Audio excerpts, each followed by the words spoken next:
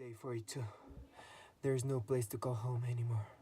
Robots have taken over the entire world, and there is nothing else we can do.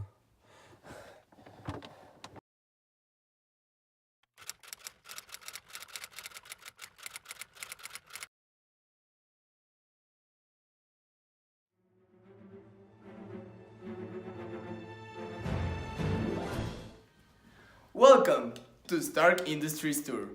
Today, you have the privilege to see what it's like to be in the best technological company of the world. As you know, robots are making a big impact everywhere. For decades, the advancement in the technology of robotics has been enormous.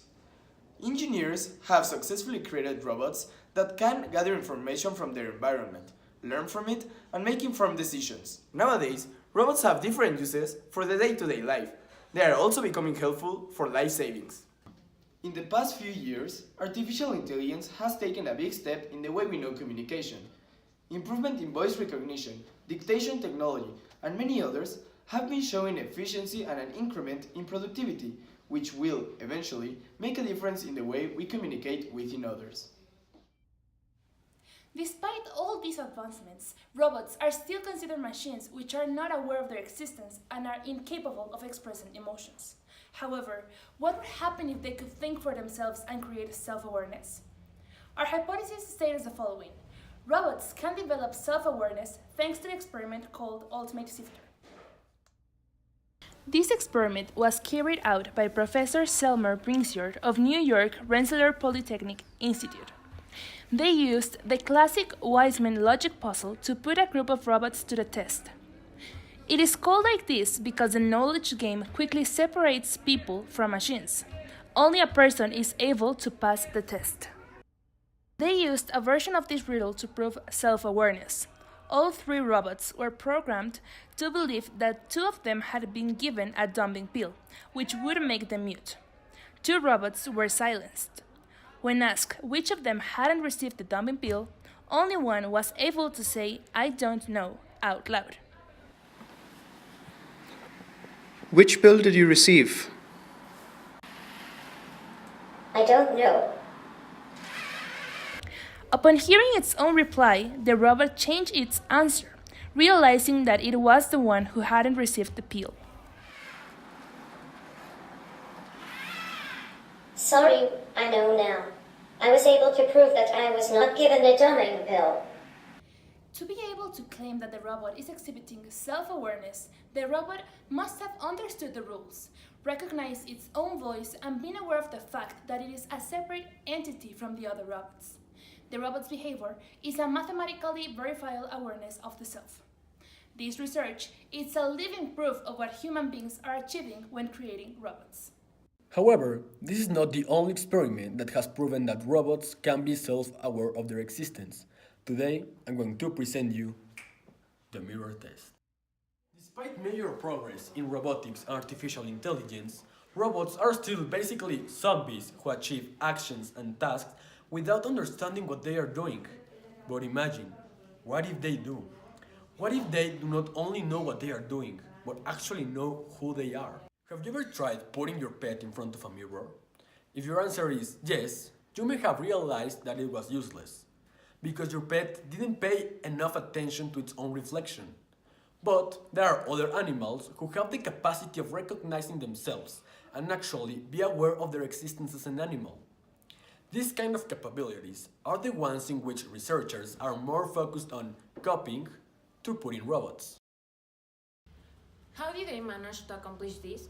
Some scientists believe consciousness is computational, so it's possible to create self-aware robots by implementing computations to kindle consciousness.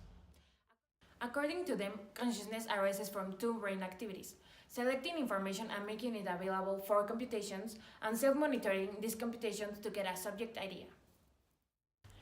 Hod Lipson's work on self-aware and self-replicating robots challenges conventional views of robotics and has enjoyed widespread media coverage.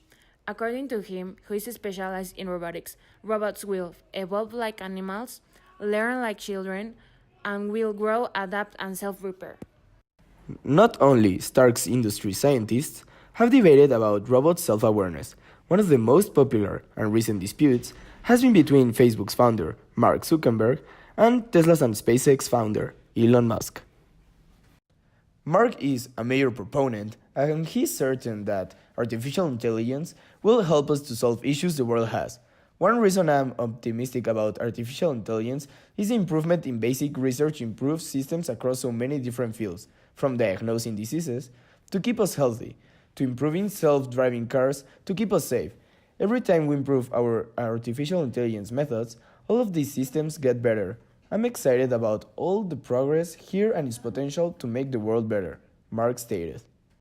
Contrary to him, Elon Musk believes that artificial intelligence will turn on humanity, going rogue, and the ultimate death to life as we know it.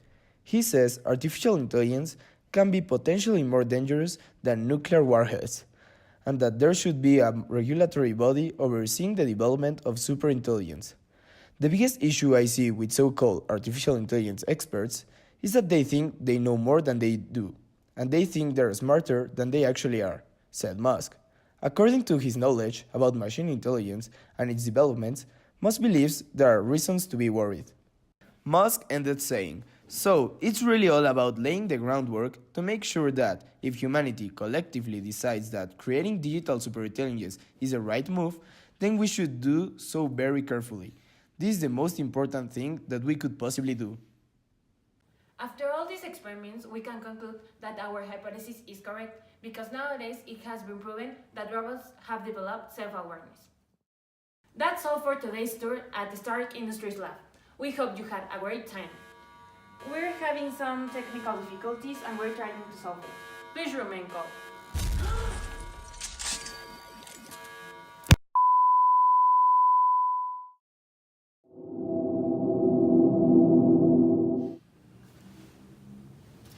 Good morning, country.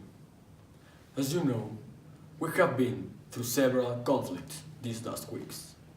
Science fiction has come to life. Robots have taken the control over humanity. We have lost. We have suffered. This, of course, is not an ethical situation. But what is ethics? At its simplest, ethics is a system of moral principles. They affect how people make decisions and live their lives.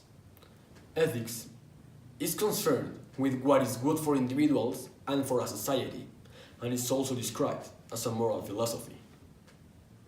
And we have realized that the 3 laws of robotics by Isaac Asimov, which talk about on how should robots behave, were completely broken. These are: first, a robot may not injure a human being, or, through inaction, allow a human being to come to harm. The second law says that a robot must obey orders given it by human beings, except where such orders will conflict with the first law. And lastly, the third one, a robot must protect its own existence, as long as such protection does not conflict with the first or the second law. In addition to that, the biggest issue is that either the artificial intelligence experts and the rest of the humanity think that they know more, and they think that they are smarter than they really are. Really, who had the brilliant idea that robots could be controlled and that they wouldn't be a problem? But we know that it is not possible, because technology has improved faster than we can control, and we have reached the point where technology's expansion is greater than ours.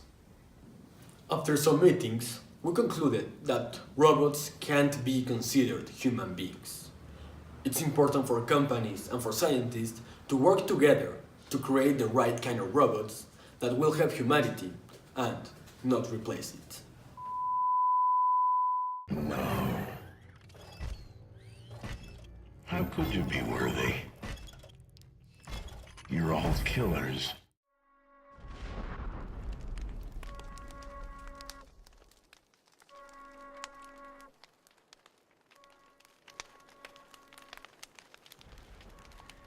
This wasn't a good idea.